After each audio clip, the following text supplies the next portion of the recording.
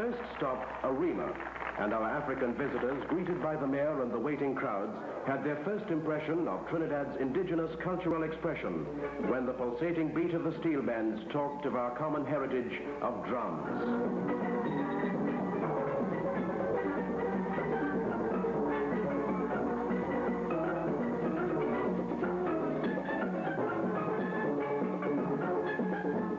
Of Judah, our drums declared their welcome across the country, which waited eagerly to pay homage.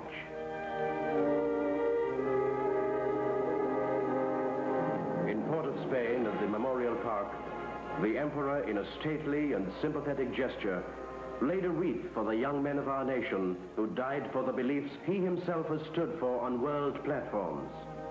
For peace, for justice, for a family of nations.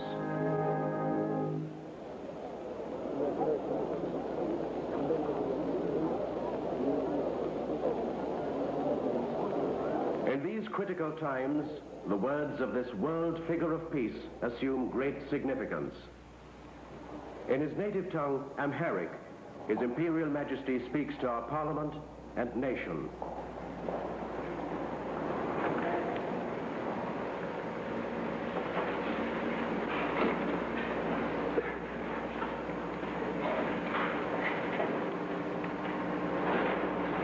የተከበራችሁ የፓርላማ አባሎች በዚህ ትላቅ ስብሰባ ላይ ተገኝተን የኢትዮጵያን ሕዝብ መልካም ምኞት እንገልጽላችሁ እጅግ ደስ ይለናል። Distinguished members of Parliament, it gives great pleasure to appear before this distinguished assembly and to bring you the fraternal salutations of the Ethiopian people.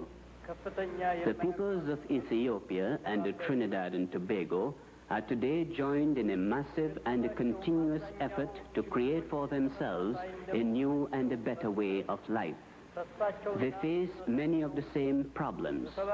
The hopes and aspirations which they share derive from the same essential beliefs in the nature and the destiny of man. It is thus inevitable too that there should exist between these two great peoples the strong and lasting ties of friendship and understanding. We all know, as representatives of the people, that this is a particularly critical period in the councils of the 20th century. Sectional and dividing factors often cause major obstacles to national development in their expanded sense, as narrow national and ideological interests may threaten even national unity and progress. No one today is so foolish to believe that any one nation constitutes a perfect monolith of faith and ideology, nor could anyone wish there should be such utter unity of thought and aspiration.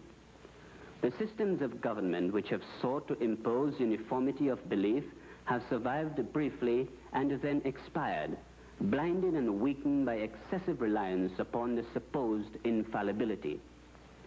The only system of government which can survive is one which is prepared to tolerate dissentient criticism and which accepts this as useful and in any case inevitable aspects of all social and political relations.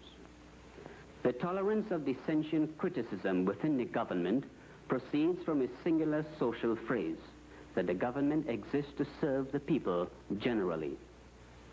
The representatives of peoples and nations can only come together with open and objective minds and willing hearts to engage in dialogue without rigid dogmas and slogans and without violence. Working this way achieves no instant utopia. It may, however, enable us to achieve together what it is possible to achieve, and to move forward steadily, if not always in great haste, with some degree of harmony and mutual understanding. Domestically, we can build strong and happy and resourceful societies. Internationally, we can force the end of oppression of man by man and nation by nation.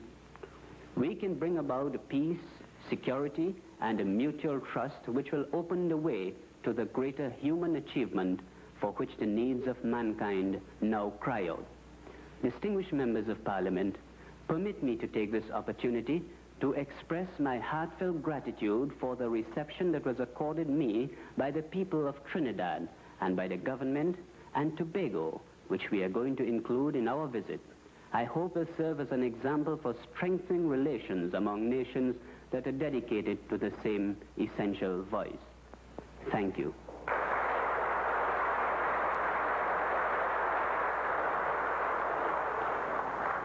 After the Emperor's call for tolerance and unity, some of our outstanding leaders of the society and their wives were presented.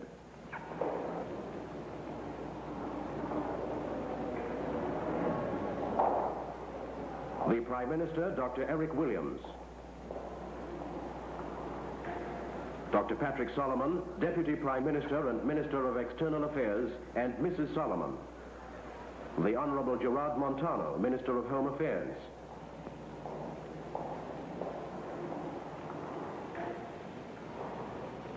The Honorable Lionel Robinson, Minister of Agriculture. The Honorable Robert Wallace, Minister of Labor, and Mrs. Wallace. The Honorable Saeed Mohammed, Minister of Works.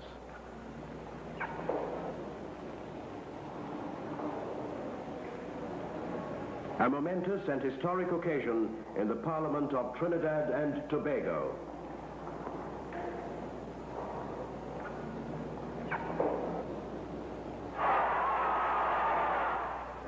At the Port of Spain Town Hall, the Emperor was hailed as friend as he met the councillors and leaders, and the people again gave him a stirring welcome.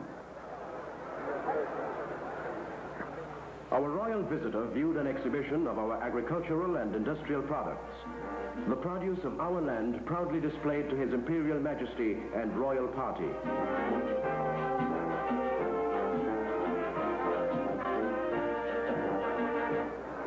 Old ties are affirmed as followers of the Ethiopian Orthodox Church, 13 years old in Trinidad, witness an unforgettable moment in the history of their belief.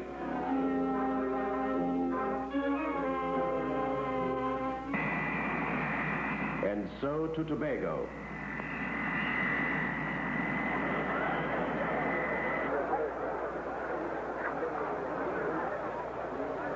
The Emperor and his party were again warmly welcomed and met by the representative for Tobago, Mr. A.N.R. Robinson. In our nation, famed for its religious tolerances, our cosmopolitan people meet freely for their own worship.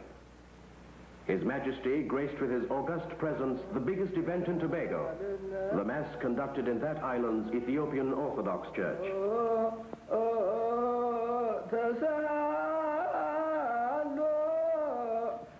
And again, ties with Ethiopia are reaffirmed.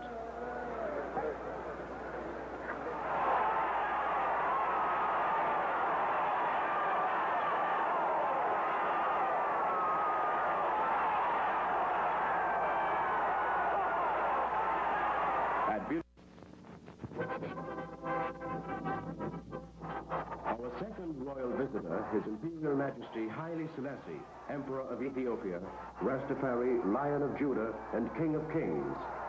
Trinidad and Tobago is honored to receive this distinguished personage. Give thanks and praise, Rastafari. I know a lot of brothers and sisters, especially ones from Trinidad, wanted to see that rewind again. Yeah? But we're not going to rewind it again. You can link I and I here, Rastafari Rising.